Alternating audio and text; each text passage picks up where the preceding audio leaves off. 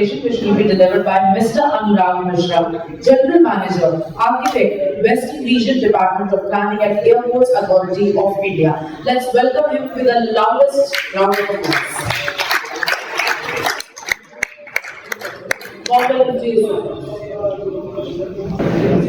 आप लोगों का सभी लोगों का यहाँ स्वागत है और मैं देख रहा हूँ आपका कल से ये सेशन चल रहा है यहाँ पे, तो आप लोगों ने बहुत सारे टॉपिक्स हैं जो सिमिलर टाइप के हैं एक्चुअली। सस्टेनेबिलिटी की बात हो रही है, रिन्यूएबल एनर्जी की बात हो रही है, तो बहुत सारे लोगों को कंफ्यूजन हो रहा है, आई नो। तो मैं और ये जो एयरपोर्ट समिट में मेरे को जो अपॉर्चुनिटी दी गई है आपके सामने आने की, पहले तो मैं उसके सभी लोगों का थैंक्स करता हूँ। और जो यहाँ पे I know as a last person to speak on the occasion, Mr. Ajay Yadav was again and again saying it's the last, but that was not the last. Actually, two more person was remaining. तो मैं ये चाहता हूँ कि मैं अपने जो discussion है उसको बहुत सिंपल रखूँ और आप लोग उसको समझ पाए। ज्यादा अच्छा हो कि आप लोग उसको समझ पाए और मेरी कोशिश ये रहेगी कि ये थोड़ा सा आप लोगों का मतलब इंटरेक्टिव भी हो ये session. Second is clear energy goals. The third is drivers and target. The fourth is the four pillar framework, and there are two cases. Then how to achieve these all things will be the roadmap and all.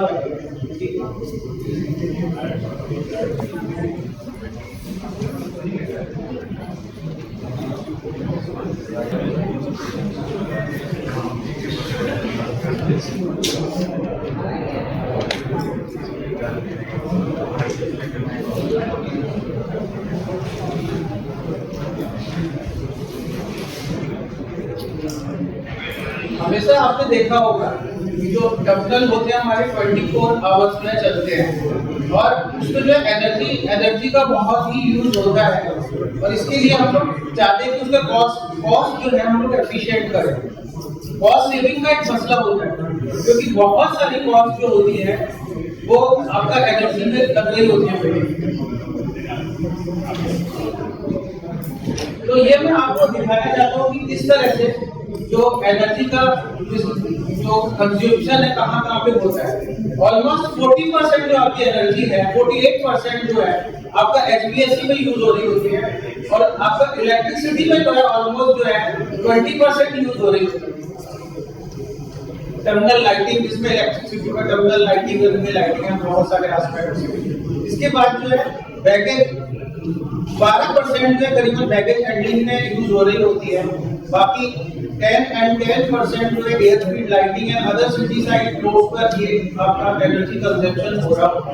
तो अगर हम इसे ध्यान से देखें तो almost 70% जो आपकी एनर्जी है वो आपके दो चीजों में यूज हो रही है। One is HVAC and second is electrical.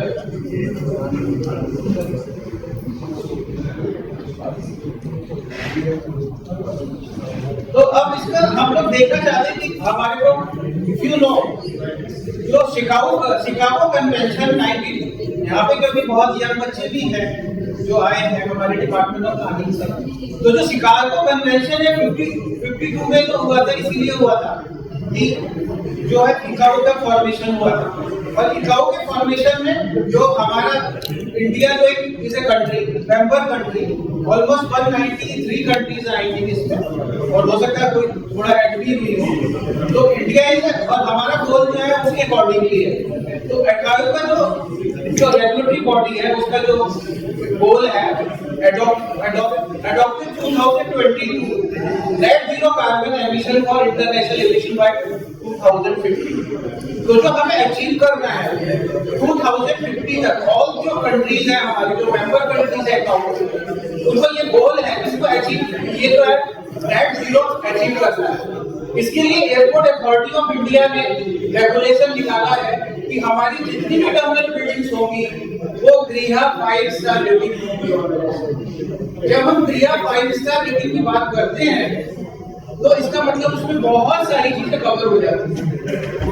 तो गृह हमारे 100 जो है 4 पॉइंट्स कवर करता है, जिसमें से 100 जो 4 पॉइंट्स होते हैं वो एक्स्ट्रा। इसके बाद जो एसीआई के जो 6 लेवल फ्रेमवर्क है, जिसमें कि ऑप्टिमाइजेशन है, न्यूट्रलिटी है, ट्रांसफॉर्मेशन है, ट्रांजिशन है। ये global airport members community to net zero by 2050 तक हमें अचीव गोल है। एसीआई का भी सेम गोल है। इसके अलावा जो और जो हमारे यहाँ और जो बॉडीज हैं, लाइक लीड है, क्रिया है, आईजीपीसी है, जिनका भी एम जो है सिमिलर है कि हमें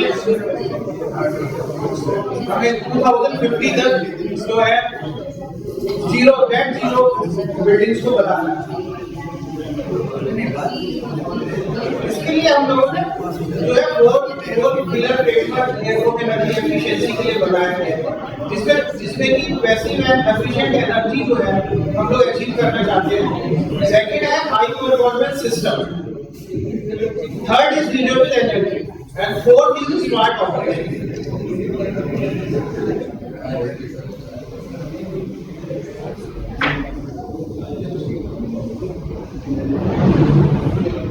इसके लिए बेसिक होता है, जैसे I am designer and architect, तो सबसे मेन होता है कि हम उसको डिजाइन को रख के हम कैसे उसको रिजॉल्व कर सकते हैं जो चीजें हैं।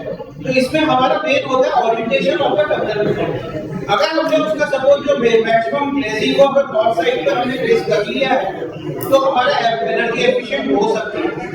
प्लस उसमें सेकंड पार्ट आता है कि किस तरह के मटेरियल है, जैसे उसमें किस तरह का इंसुलेशन है, और या जो हमारे ग्लासेस हैं किस तरह के ग्लासेस हैं, शेडिंग डिवाइसेस हैं, ये सब हम लोगों को उसमें करना होता है। प्लस जो डे लाइट हार्वेस्टिंग है, जो डे लाइट है हमारे जो कॉन्कोर्स एरिया है या तो हमारा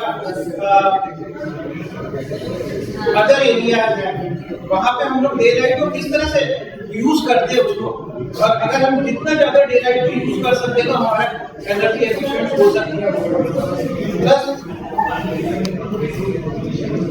जिस तरह के हमारे रूम में जो है ये थर्मल जोनिंग का एक फंक्शन, ये एक इम्पोर्टेंट एस्पेक्ट है।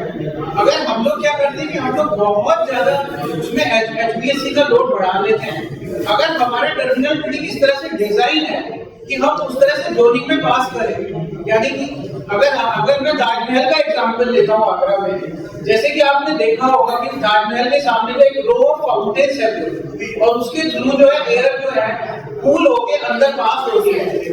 इस तरह से अगर हम जोनिंग करके और कुछ हम प्लान कर सके, क्योंकि जब भी आप किसी टर्मिनल पे जाते हैं, आप जैसे आप टैक्सी से उतरते हैं आपका टेम्परेचर बहुत ही हाई होता है, और आप जब उसमें कॉन्कोर्स में आप एंटर करते हैं तो वहां पे आपको तेज गर्मी लगती है, इसलिए कूलिंग भी आपको फास्ट चाहिए। इस चीज को हम लोग रिड्यूस कर सकते हैं कि वही आदमी अगर उस तरह के जोन से गुजरता है, सपोज उन एरिया से गुजरता है पहले, कि उसको पहले से ही उसको जो है कुछ ठंडक मिल जाती है, उसके बॉडी का टेम्परेचर कूल डाउन हो जाता है, तो such kind of transitional spaces हमको काम करती होगी, और उस तरह से हमारा बहुत सारा बिल्डिंग एफिशिएंट हो जाएगी। जो कि उसमें हमें जो कूलिंग लोड है, जैसे आपने सुना होगा एसी में कहते हैं कि भाई 24 पे रखो, बट 24 पे आदमी जब कभी रख पाएगा उसको सेविंग कर पाएगा जबकि उसको बहुत गर्मी ना लगे। इसलिए जो हमको फिजिकल कंफर्ट फील होता है उसके लिए हम इस तरह की ट्रांजिशनल स्पेस में डिजाइन में क्रिएट कर सकते हैं, जिससे कि जब हम अंदर पहुंचे बिल्डिंग के तो ऑलरेडी हमारी बॉडी जो ठंडक हो चुकी है।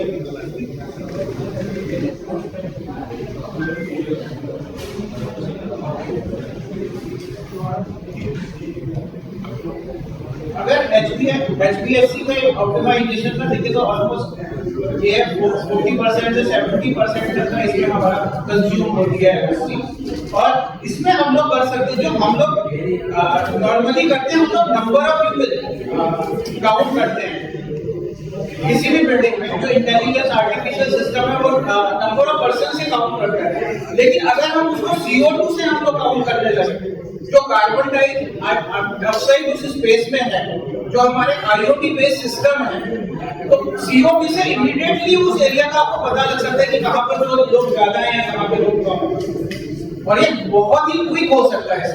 तो इससे क्या है कि हमारा बहुत सारा सेविंग हो सकती है HVAC। और प्लस अगर हम लोग डेडिकेटेड आउटडोर एयर सिस्टम लगाते हैं, अब आप ये पूछेंगे कि भाई डेडिकेटेड एयर सिस्टम में और HPC सिस्टम में क्या फर्क है? तो जो बाहर का सिस्टम है, हो सकता है हम बाहर की डायरेक्ट क्योंकि हम लोग HPSC सिस्टम में क्या करते हैं, जो हॉट एयर होती है उसको हम AHU के थ्रू कूल करके हम उसी में सप्लाई करते हैं, तो इसमें जो एनर्जी ज्यादा लगती है। अगर सपोज हमारे एयरपोर्ट के पास में या बाहर आउटसाइड एयर जो कि थोड़ी ठंडी है, अगर हम उस एयर को डायरेक्टली उसको यूज कर लें तो इससे हमारा जो है वो काफी उसका गिर सकता है। तो ये बहुत इंपॉर्टेंट एस्पेक्ट होता है। जैसे कि फॉर एग्जांपल अगर मैं राजस्थान का एग्जांपल दूं, आप तो सभी जानते हो कि दिन में वहां पे बहुत ही हाई क्लाइमेट होता है, 46 डिग्री टेम्परेचर तक होता है, लेकिन अगर रात में आप देखें तो वही सैंड जो होती है बहुत ही ठंडी होती है। अगर उस सैंड के थ्रू अगर हम लोग एयर को पास करेंगे, उस सैंड का और आउटसाइड एयर को हम लोग यूज करें, तो हो सकता है कि हमारी बिल्डिंग बहुत ही सस्ती और ठंडी हो सकती है और हमारा HPSC का कूलिंग लोड काफी कम हो सकता है।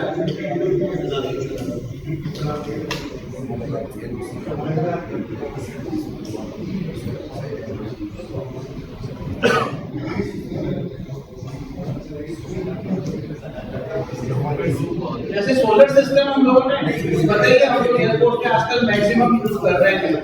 जैसे कि इस्तांबुल एयरपोर्ट और कोचीन इंटरनेशनल एयरपोर्ट इसके एग्जांपल हैं, जिन्होंने सोलर सिस्टम का 100% मतलब बेनिफिट लिया है।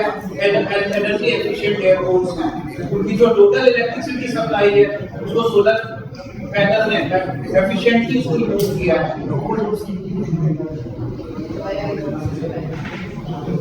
आपको एक इंपॉर्टेंट चीज बताना चाहता हूँ मैं बहुत ज्यादा, क्योंकि जो ग्राउंड आपने कभी देखा होगा, जो लोग गांव में रहते हैं, हम लोग अगर हैंड पाइप से अगर गर्मी में पानी निकालते हैं तो वो आप देखेंगे कि ठंडा निकलता है, और अगर जाड़े में आप उस पानी को निकालते हैं तो वो गर्म निकलता है।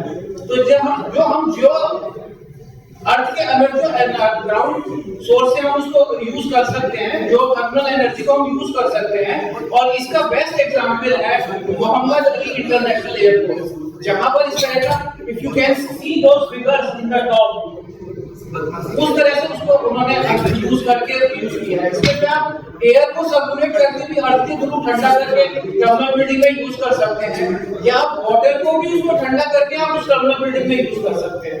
तो ये आपका दो तरीके हो सकते हैं। प्लस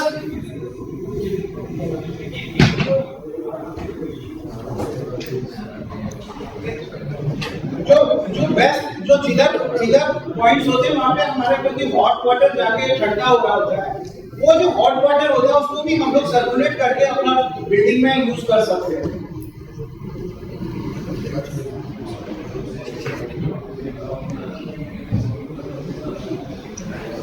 इसमें जो है एयर साइड पे जो हम लोग सोलर पैनल लगा के अपना यूज कर सकते हैं फिक्स टाइप के, और जो हमारे पार्किंग लॉट्स पे जो होते हैं उसके ऊपर भी हम लोग लगा सकते हैं।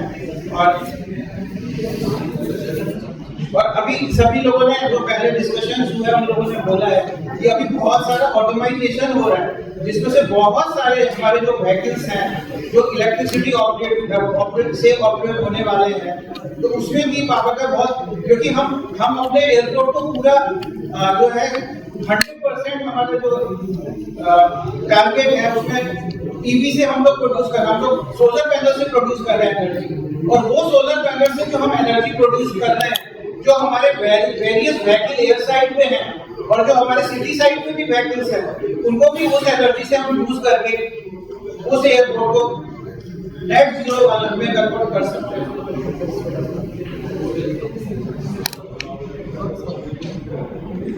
अब इस तरह से हम लोग जो है वेरियस सिस्टम्स को लगा के यूज कर सकते हैं। बीएमएस आपको पता ही है, बिजनेस मॉडलिंग सिस्टम, जो कि यहाँ पे लोगों ने बात करी है, ये कंट्रोल रूम होता है जहाँ से कि हम सारी एक्टिविटीज को कंट्रोल कर रहे होते हैं, और इसमें ये सेंसर बेस्ड भी होते हैं नेचुरल, और इसका हम अगर आईओटी से इंटरनेट ऑफ थिंग्स करके जो सेंसर्स होते हैं आजकल, जो कि बहुत सारे स्पेसेस में एयरपोर्ट में लगे होते हैं, और हम लोग उस तरह का मॉडर्न टेक्नोलॉजी यूज करके हम लोग जो है बहुत सारे अपने एयरपोर्ट को एनर्जी एफिशिएंट बना सकते हैं, और उससे हमारा जो है हमेशा एनर्जी का लोड जो है घट सकता है। और इसके बाद एक इम्पॉर्टेंट चीज और है